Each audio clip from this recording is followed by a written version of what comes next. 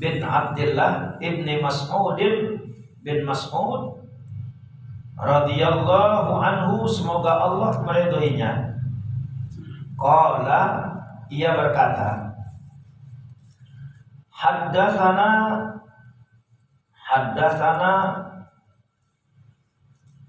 Rasulullah sallallahu alaihi wasallam, telah bersabda kepada kami Rasulullah sallallahu alaihi wasallam, wa huwa as-sadiqul masduq, dan beliau adalah orang yang as-sadiq, paling benar, wal masduq, dan yang dibenarkan. Inna ahadakum, sesungguhnya tiap-tiap individu, inna ahadakum, sesungguhnya tiap-tiap individu di antara kamu, yujma'u khalquhu, dikumpulkan penciptaannya, fi batni ummihi, di dalam rahim ibunya, di dalam perut ibunya, melalui beberapa tahapan. Arba'ina yauman nutfatan, pertama selama 40 hari pertama, nutfatan berupa nutfah, sperma. Summa yakunu alaqatan, kemudian yang kedua, selama 40 hari yang kedua berupa alaqah, segumpal darah. Summa yakunu mudghatan, ketiga, selama 40 hari ketiga berupa mudghah, segumpal daging. Summa yursalu ilaihil malaku, kemudian diutus kepadanya al-malaku, yaitu malaikat. Kemudian Allah mengutus kepadanya malaikat, fayanfuhu, meniupkan, memerintahkan kepada malaikat, fayanfuhu, untuk meniupkan, fihi ar-ruha, kepadanya meniupkan ruh, wa yu'maru, dan diperintahkan pada malaikat tadi, diperintahkan bi arba'i kalimatin, mencatat 4 perkara baginya.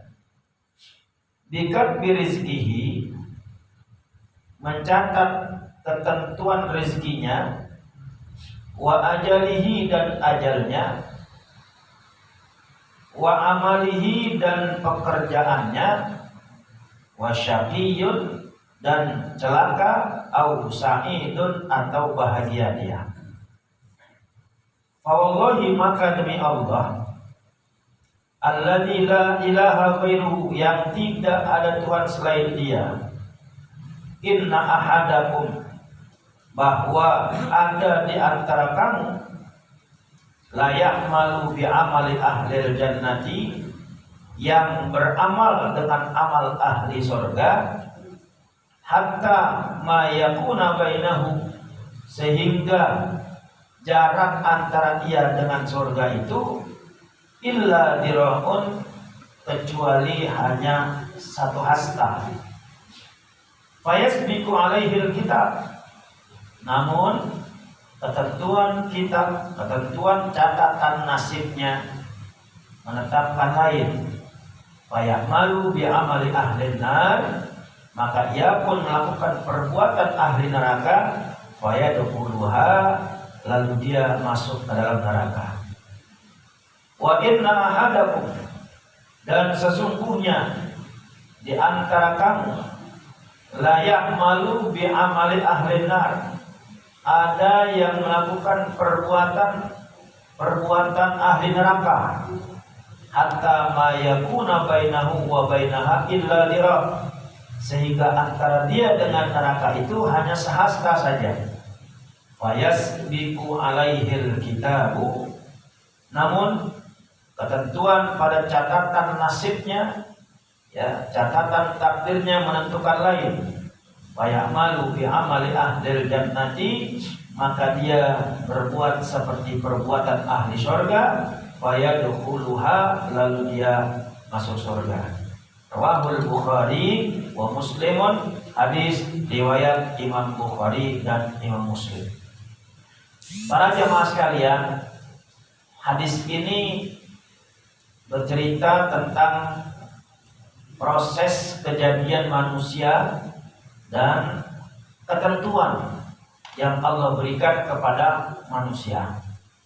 Diriwayatkan oleh salah seorang sahabat Nabi yang bernama Ibnu Mas'ud. Ya, dikenal aja dengan Ibnu Mas'ud. Jadi kalau di awalnya an Abi Abdurrahman, Abdullah Ibnu Mas'ud. Ya, biasanya nggak pakai Abi Abdurrahman, dia lengkap.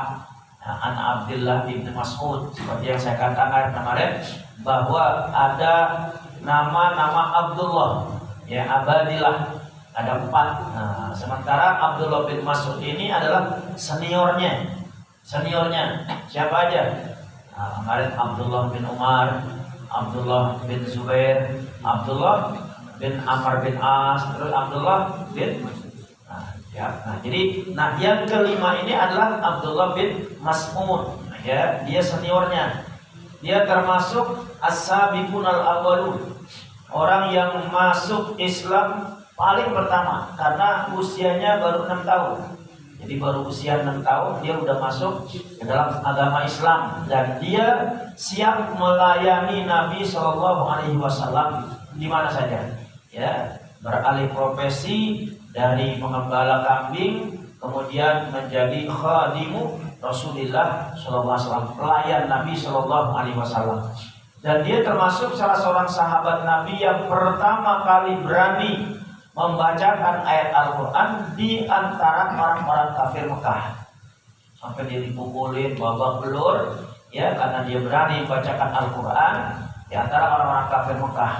Ya, sahabat-sahabat yang lain bilang, kenapa kau begitu berani?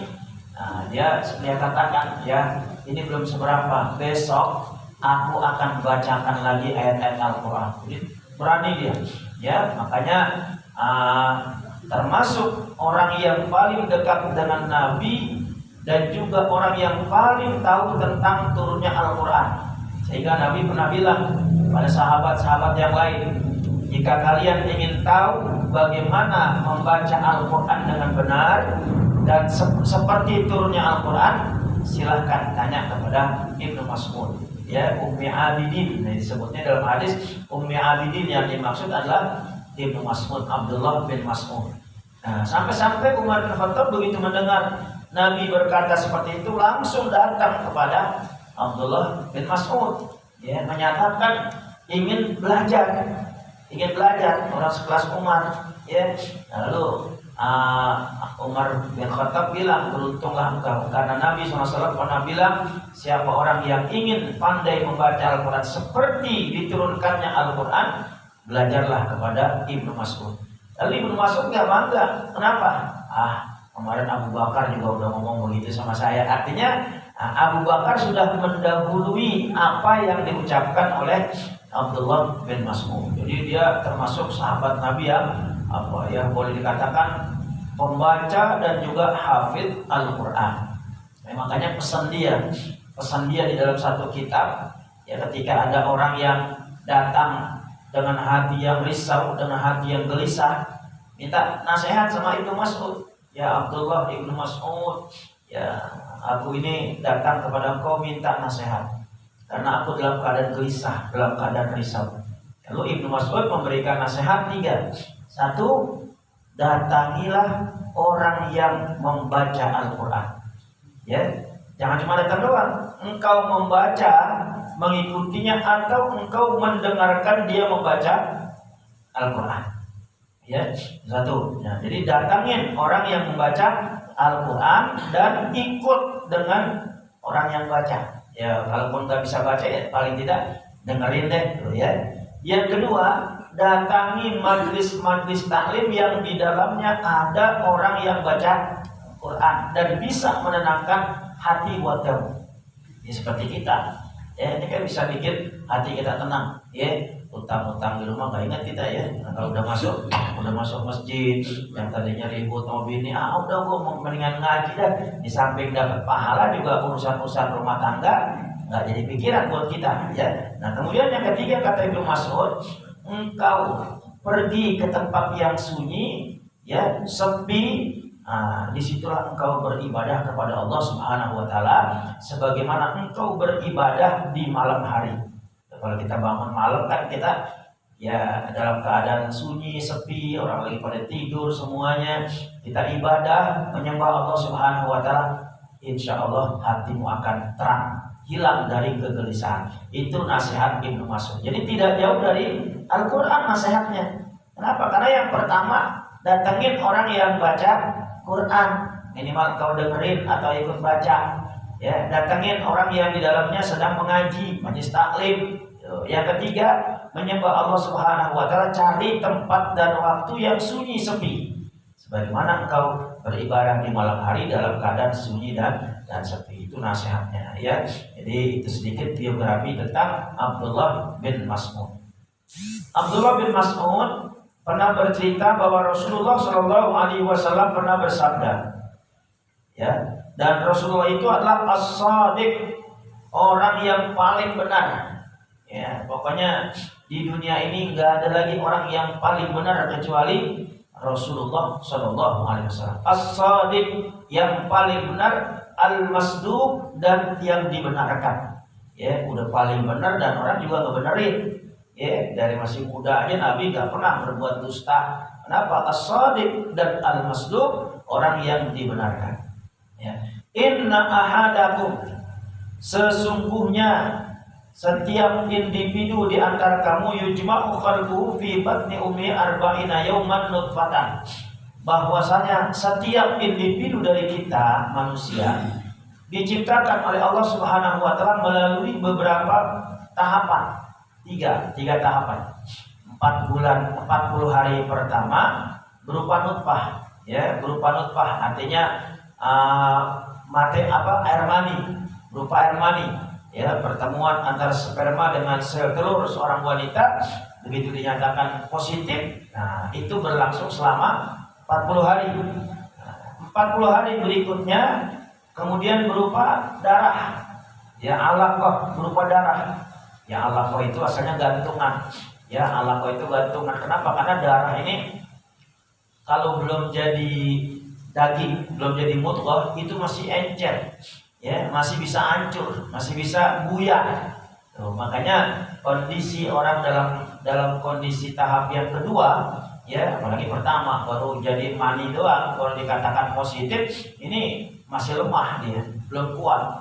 Ya, kemudian ketika dia menjadi darah juga belum kuat juga. Nah, 40 hari berikutnya, selama 4 bulan 120 hari, nah baru tuh dia menjadi apa? Menjadi mudghah, daging. Ya, jadi 40 hari pertama menjadi nutfah, 40 hari kedua berupa darah, 40 hari ketiga berupa mudghah, daging. Ya. Nah, ketika daging juga dia belum kuat juga. Makanya di dalam Al-Qur'an Allah Subhanahu wa Ta'ala berfirman, dialah Allah yang menciptakan kamu semua min dha'fin, dari kondisi dha'af, lemah. Ya, kita ini manusia diciptakan oleh Allah min dha'fin, dari kondisi lemah. Summa min ba'di dha'fin quwwatan, kemudian dari kondisi lemah Allah jadikan kuat. Tuh, Allah jadikan kuat. Nah, summa min ba'di quwwatin dha'fa wa syaiba, kemudian setelah dia dijadikan kuat, Allah kembalikan lagi dan menjadi lemah, bahkan wasyaibah, dan ada tandanya, uban di kepala. Itu memang prosesnya begitu. Dari lemah Allah jadi kuat, dari kuat Allah kembalikan lemah, bahkan dengan tanda uban di kepala, itu menandakan kelemahannya. Ya, udah. Itu memang Allah Subhanahu wa Ta'ala berkehendak. Artinya enggak ada orang yang bisa melawan ketentuan Allah Subhanahu wa Ta'ala. Setelah 4 bulan, ya, 4 kali 3, 40 hari pertama, 40 hari kedua, 40 hari ketiga, akan berarti 4 kali 3 120 hari, ya, 120 hari barulah Allah Subhanahu wa taala memerintahkan kepada malaikat Jibril untuk meniupkan ruh ke dalam jasad tersebut. Makanya fayanfuhu, bukan fayanfa'u, fayanfuhu fihi ruh. Ya, Allah memerintahkan kepada malaikat Jibril untuk meniupkan ruh kepada ruh tersebut, ya, jasad tersebut, ruhnya. Nah, kemudian apa? Yu'maru bi arba'i kalimat. Allah perintahkan untuk mencatat 4 ketentuan. Ya, 4 ketentuan tuh. Ketentuan yang pertama apa? Yang pertama bikatbi rizkihi, dengan ketentuan rezekinya, wa ajalihi, kemudian tentang ajalnya, ya, kematiannya kapan, wa amalihi, dan amalnya, perbuatannya.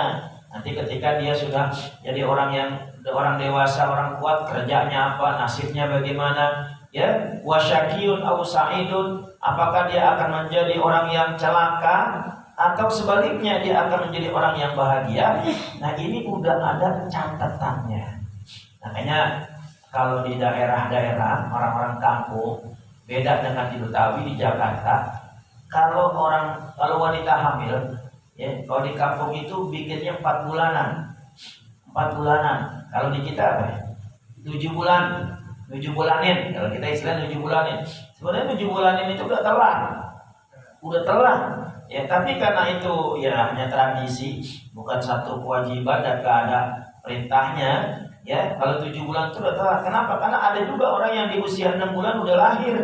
Ya, prematur, udah lahir. Baru mau ngadain 7 bulan, udah lahir. Ya, baru mau ngadain 7 bulanin udah lahir. Ya, kenapa? Lahirnya prematur. Nah, yang paling tepat itu 4 bulan. Ya, nggak ngadain juga nggak apa-apa sih, kan bukan kewajiban. Ya, itu hanya harapan. Ketika di usia 4 bulan, ya, wanita hamil, janin yang dikandungannya itu, tentunya orang yang bikin acara itu punya harapan. Apa harapannya? Anaknya nanti lahir sehat, selamat, ya, ganteng, tampan. Makanya dibacain surat Yusuf. Ya, dibacain surat Yusuf. Ya, harusnya jangan surat Yusuf, ya. Surat Muhammad lebih lengkap, kan ada surat Muhammad, ya. Kenapa surat Yusuf? Biar ganteng kayak Nabi Yusuf. Padahal gak juga, tergantung bapak sama ibunya, kan. Kalau bapak ibunya ganteng, ya udah pasti ganteng. Gak dibacain surat Yusuf juga ganteng. Nah, kalau bapak ibunya jelek, dibacain surat Yusuf bisa ganteng. Orang pikiran, ini jangan-jangan ada saham lain. Iya kan, jadi pikiran juga. Makanya wajar aja kalau kita baca surat Yusuf, baca surat Maryam, jangan ngarep gantengnya, kita jadi fitnah. Jadi fitnah. Ngarepnya apa? Akhlaknya. Cuma kenapa kok kenapa ngarep akhlak seperti Nabi Yusuf? Kenapa enggak seperti Nabi Muhammad SAW yang semuanya ada?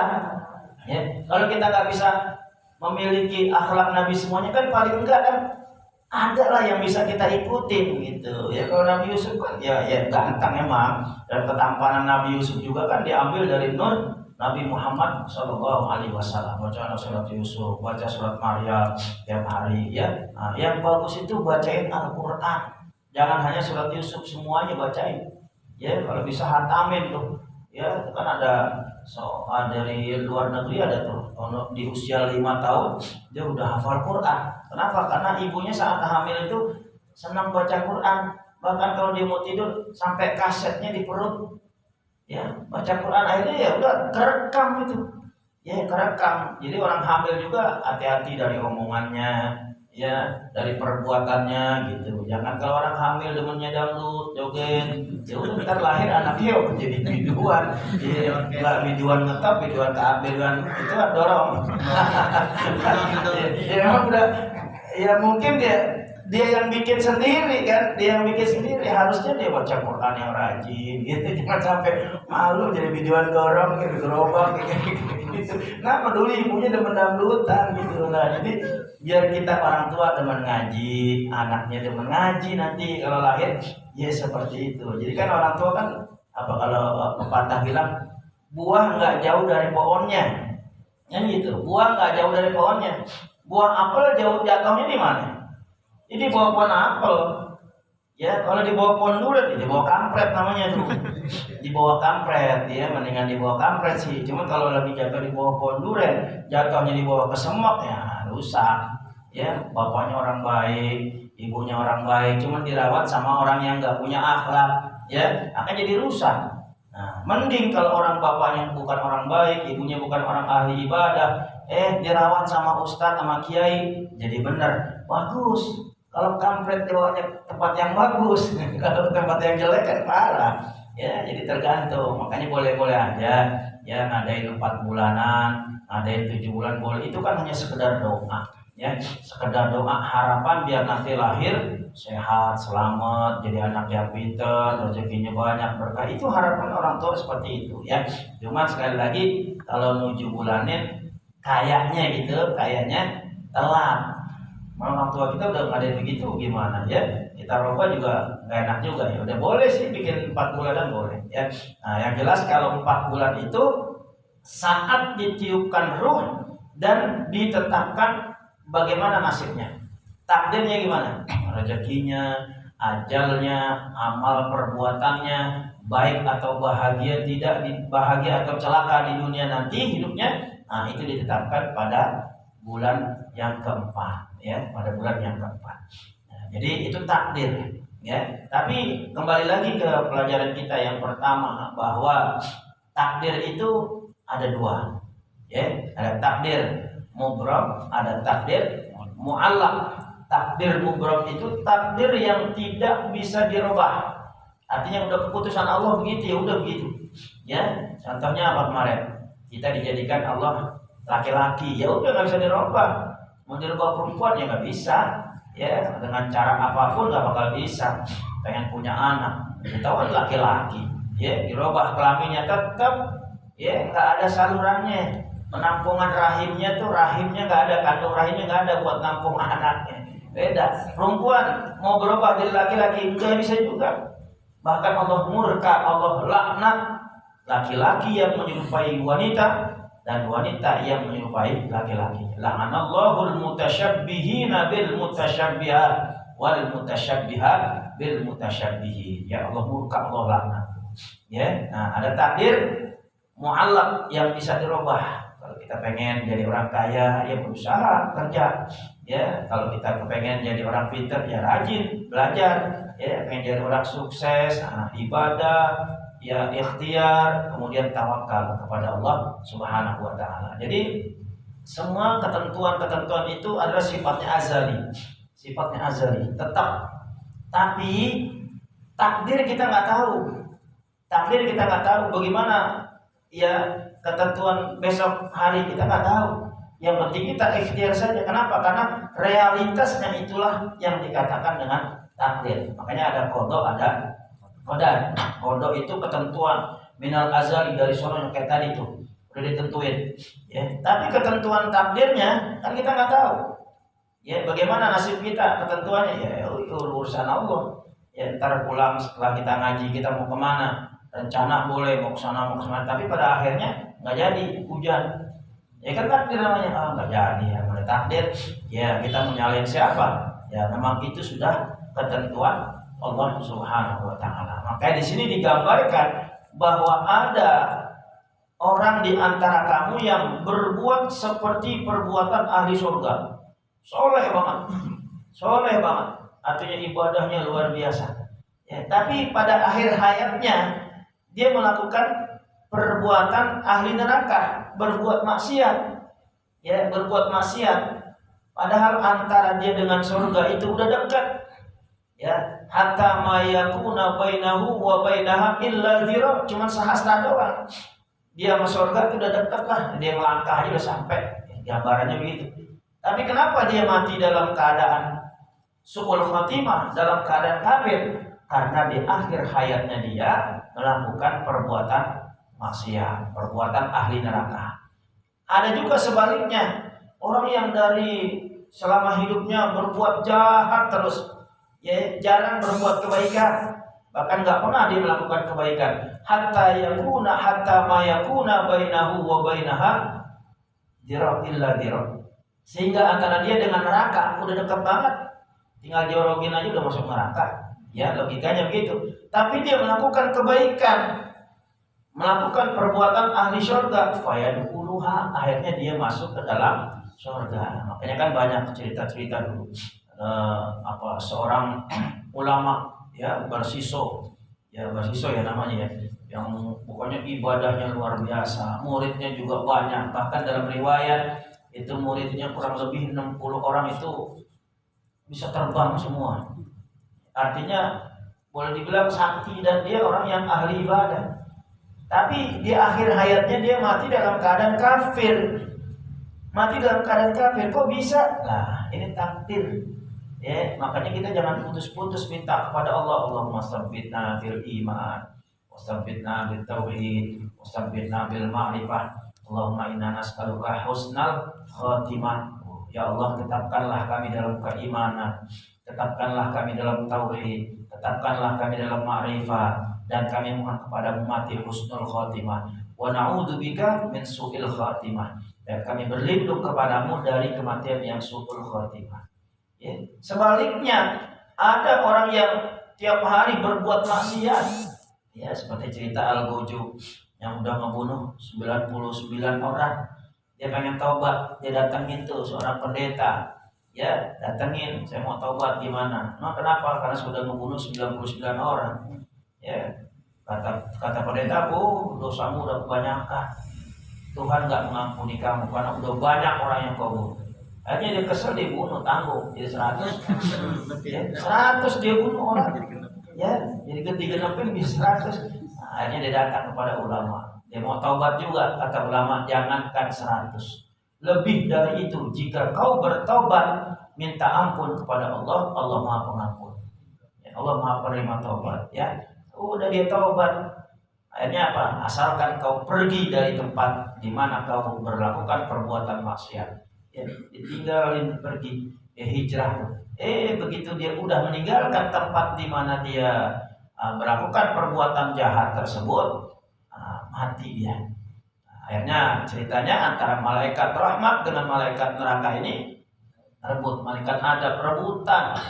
Ya, rebutan. Kata malaikat adab, ini bagian saya. Karena udah 100 orang yang dia bunuh. Kata malaikat rahmat, tidak, ini bagian saya.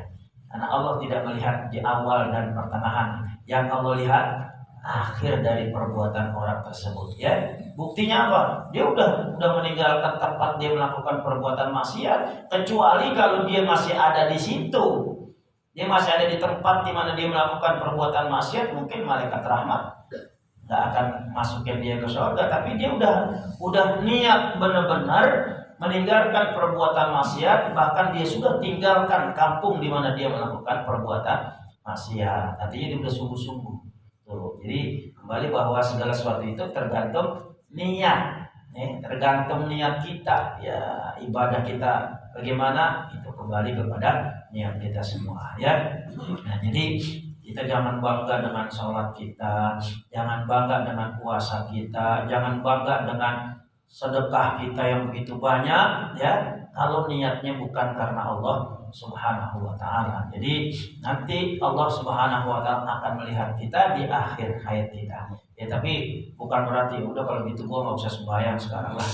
Ya, nanti aja juga. Ya, kalau Allah tentuin gue jadi orang baik, matinya husnul khotimah, biar gue nggak sembahyang, kagak. Tetap kita harus ikhtiar, harus usaha.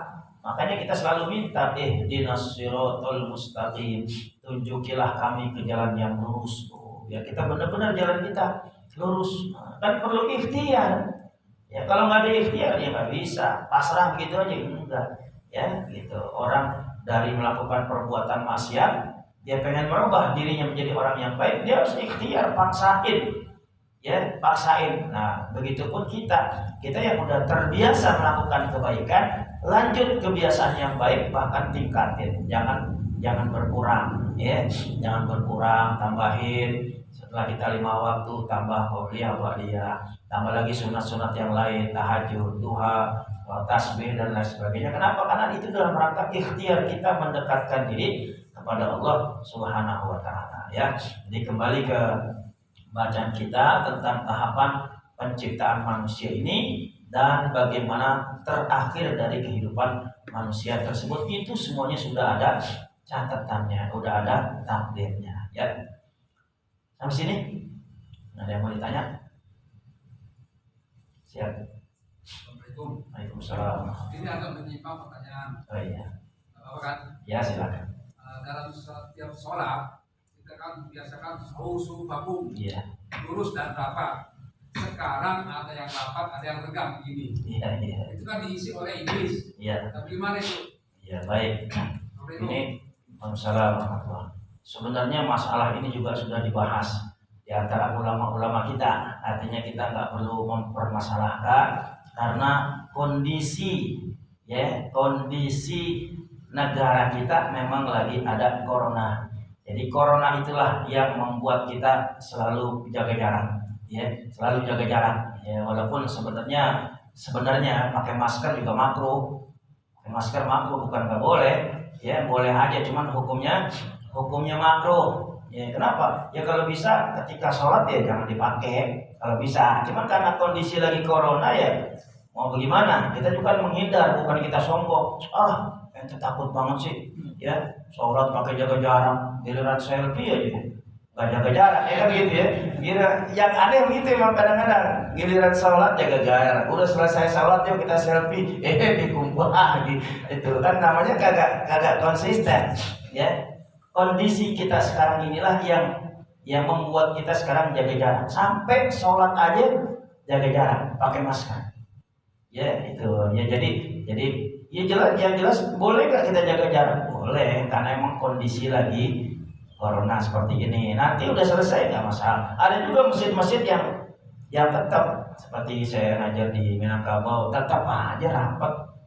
Saya mah ngikutin ininya aja, tempatnya, jamaahnya jaga jarak jaga jarak gitu kan. Di sana nggak jaga jarak udah dempet. Ikhtiar, tetap kita ikhtiar minta sama Allah jangan sampai terjadi. Yang penting kita jangan sok takut banget sih mau corona, jangan. Biar bagaimanapun corona itu adalah ciptaan Allah. Jangan kita sombong dengan ciptaan Allah, kalau udah kena baru ngerasain dia. Kalau udah kena baru ngerasain. Karena banyak orang-orang yang begitu, takut banget. Baru kemarin saya cerita teman saya itu sakitnya luar biasa. Kena corona itu, kalau yang lagi enak-enak, yang dibawa ke Wisma Atlet, katanya tempatnya hotel enak, yang dapatnya enak-enak. Kalau yang sakitnya luar biasa, kagak bisa tidur, tenggorokan sakit, perut sakit, semuanya itu ngerasain, kan nggak semuanya. Kenapa? Awalnya dia begitu. Awalnya dia bilang apa? Wah, saya sih nggak yakin tuh, nggak percaya sama corona. Ntar begitu udah kena baru ada alumni banyak sih. Iya lupa ada alumni juga. Gimana Bang ada perasaannya? Nggak enak kan? Nggak enak. Makanya kita tetap ikhtiar. Iya ada alumni Makanya tetap ikhtiar, jaga jarak. Kalau emang di rumah di rumah kan kita juga sama istri sama anak nggak perlu jaga jarak lah gitu. Cuman di tempat-tempat tertentu kita ikutin aturan pemerintah, dan juga ulama-ulama kita juga sudah artinya sudah membicarakan hal itu daripada ntar ditutup masjid kita nggak boleh sholat lagi karena kita nggak mau jaga jarak. Udah mending kita jaga jarak gitu, cari aman biar kita juga kan pengen ibadah aman nggak diawasin Satpol PP sama Pak Lurah. Kalau Pak RT-nya mah ikut di sini nggak apa-apa. Jadi udah kita ikutin jaga jarak. Pakai masker aja makruh. Walaupun aqdhabus sujud sab'ah, anggota sujud itu ada 7. Jidat, 2 telapak tangan, 3 2 dekul, 5 sama ujung jari kaki. Kan jadi 7 tuh. Nah, hidung itu hanya sunnah ditempelkan ke lantai, sunnah. Nah sekarang kalau dialingin sama masker, kan udah terhalang dengan masker. Makanya makruh hukumnya. Kalau bisa, kalau mau sudah begini aja, ntar begitu selesai sholat begini lagi. Jadi kita kayak orang ketakutan sama itu nggak apa-apa, masih bagus dia punya rasa takut daripada dia sombong gitu. Tapi tetap ikhtiar. Itu ya Pak Iya. Ada lagi silakan. alumninya banyak di sini. Iya, saya nggak nyangka alumni. Tapi udah jangan reunian lagi ya. Jangan reunian lagi. Ya, yang kenal biar jangan diajak gitu. Udah cukup dah ya. Setelah pulang jangan balik lagi gitu. Ya, jangan datang lagi ke sini gitu. Ya, makin mewabah. Tapi kita sih gimana ya, kita mau suuzon, takut dipanggil lagi polisi ya gitu. Karena dikit-dikit penyakit perut datang ke rumah sakit, oh gitu. Ya, corona, sakit batuk sedikit, corona juga ya. Nah, udah semuanya jadi khawatirnya dijadiin bisnis, takutnya doang gitu. Ya, kita ngomong begini kan ketahuan repot lagi. Iya deh, cukup. Kalau masih ada yang mau tanya silakan. Ya, dan baik, kalau tidak ada saya cukupkan sampai sini. Mudah-mudahan ya walaupun sedikit bermanfaat buat kita ya, dan selalu kita minta kepada Allah Subhanahu wa taala agar Allah lindungi kita, Allah lindungi keluarga kita, orang-orang yang kita cintai, dan juga Allah sehatkan badan kita. Kalau ada keluarga kita yang sedang sakit, mudah-mudahan Allah angkat penyakitnya dan Allah angkat wabah corona dari negeri kita Indonesia. Dan mudah-mudahan Allah matikan kita dalam keadaan husnul khatimah. Ala hadhihi niyah wa ala kulli niyatin salihah wa ila hadratin nabi al-fatihah. A'udzu billahi minasyaitonir rajim. Bismillahirrahmanirrahim. Alhamdulillahi rabbil alamin. Arrahmanir rahim. Maliki yaumiddin. Iyyaka na'budu wa iyyaka nasta'in. Ihdinas siratal mustaqim. Siratal ladzina an'amta 'alaihim ghairil maghdubi 'alaihim waladdallin. Amin. Rabbana anfa'na bima 'allamtana. Rabbi 'allimna alladhi yanfa'una. Ilahana akrimna bil 'ilmin nafi' wal rizqil halal. Warzuqna min haitsu la nahtasib. Ya Rabbi bil Mustafa balligh maqasidana waghfir lana ma madha ya wasi'al karami. Da'wahum biha subhanakallahumma wa tahiyyatuhum fiha salam. Wa akhiru da'wana alhamdulillahi rabbil alamin. Terima kasih dan mohon maaf. Assalamualaikum warahmatullahi wabarakatuh. Waalaikumsalam.